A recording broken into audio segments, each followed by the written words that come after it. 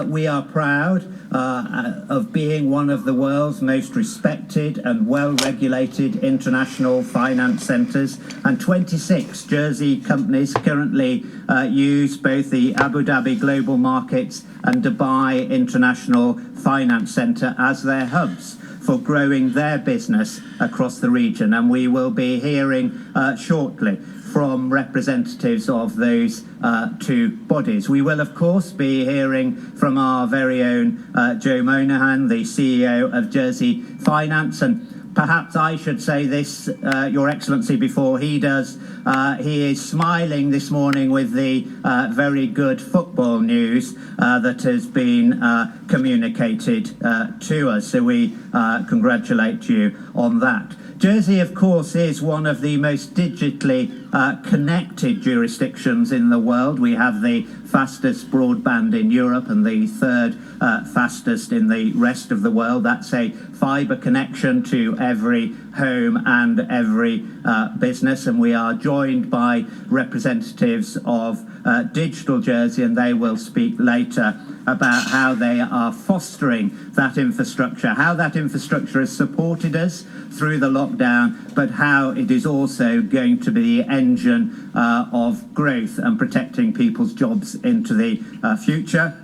We're delighted to be joined by the CEO of Dubai Blockchain Centre, and we will be talking, of course, about collaboration there in the fintech sector.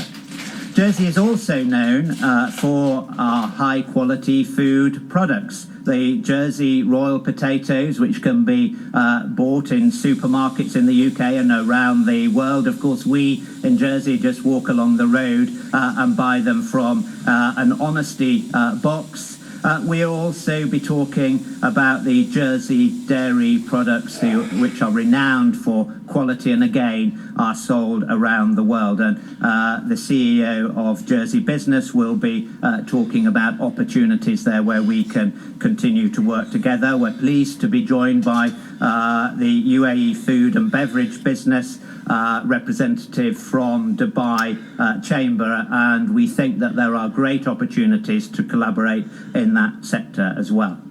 Jersey's relationship, of course, with the UAE goes back to 2001, when Jersey Finance set up their first office promoting international financial services there. And I've been privileged, as you know, Your Excellency, to visit UAE on a number of occasions. Perhaps the most memorable was in 2016, where we signed the double taxation agreement with the Minister of Finance. And I'm pleased that has led to a growing relationship, and we look forward to hopefully signing a bilateral investment treaty later this year, and that will be the very first one of those treaties that Jersey has signed with any partner around the globe, and it is fitting, I think, that we do so with the UAE.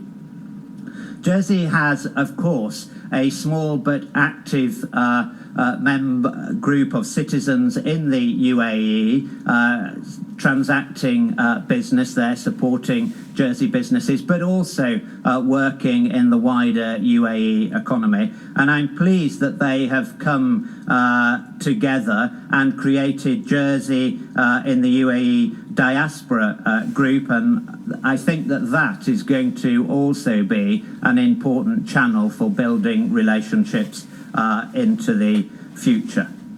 There are a number of participants here in Jersey and in the UAE taking part in this webinar this morning, and I think that demonstrates the real strength of the relationships.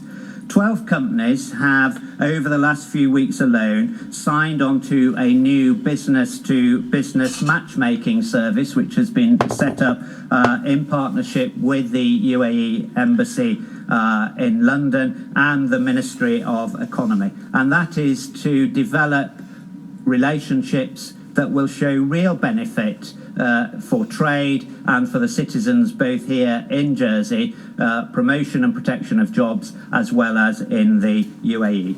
So I'm excited to hear about all of the collaboration this morning. I'm pleased, Your Excellency, that you are able to join us, and I hand over now to you to say a few words of introduction as well. Thank you very much. Thank you very much, Senator Gorst, for your excellent opening remarks. It is a great privilege to be talking to you this morning. I'm only sad not to be with you in person. I've always wanted to visit the Channel Islands, and as my staff will tell you, I will jump at any excuse to get out of London and explore. Even better when I can do it on a bicycle. I cycled across Scotland last summer, and I'm planning to do the rest of the UK over the next few years.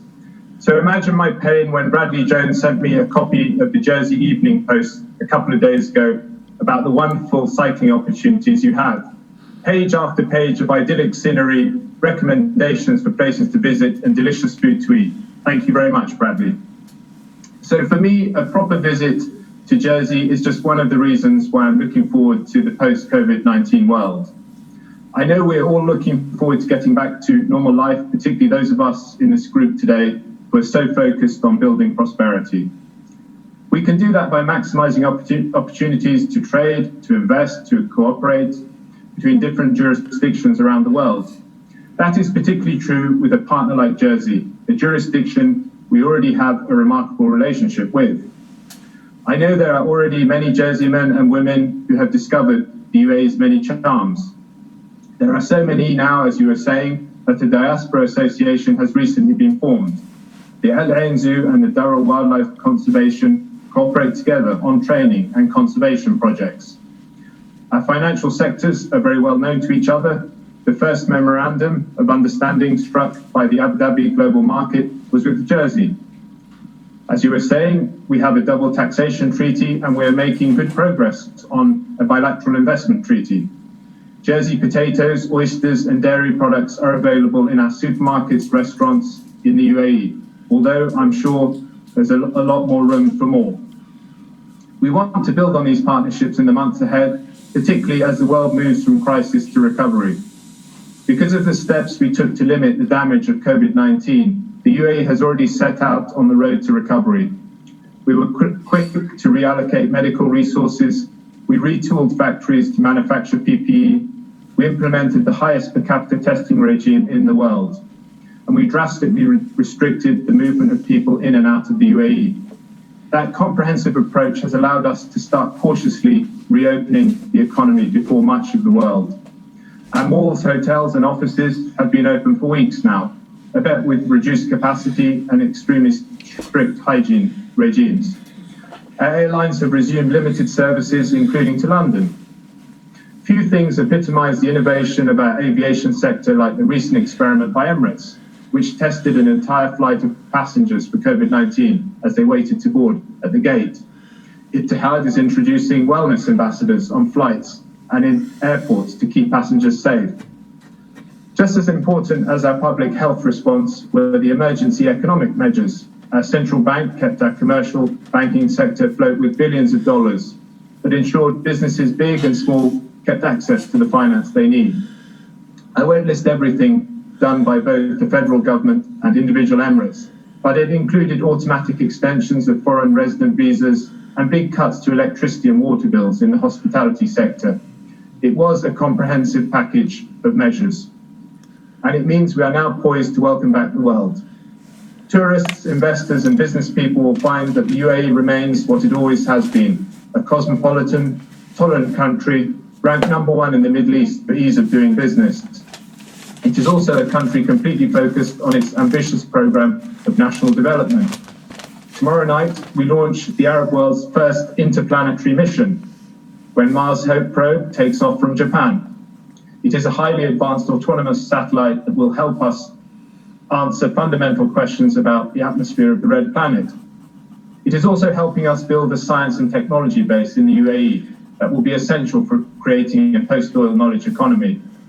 We are already known as a hub for trade, finance, and tourism, but we aim to be a world leader in the industries of the future as well, including artificial intelligence and advanced manufacturing.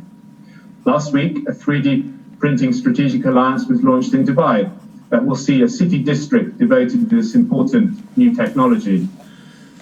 Building a green economy is a top strategic priority. Half of our electricity will come from sustainable sources by 2050. Masdar, one of our major companies, is involved in renewable energy projects around the world, including in the UK. And like Jersey, the UAE is working hard to develop a digital economy. The UAE is already the leading Arab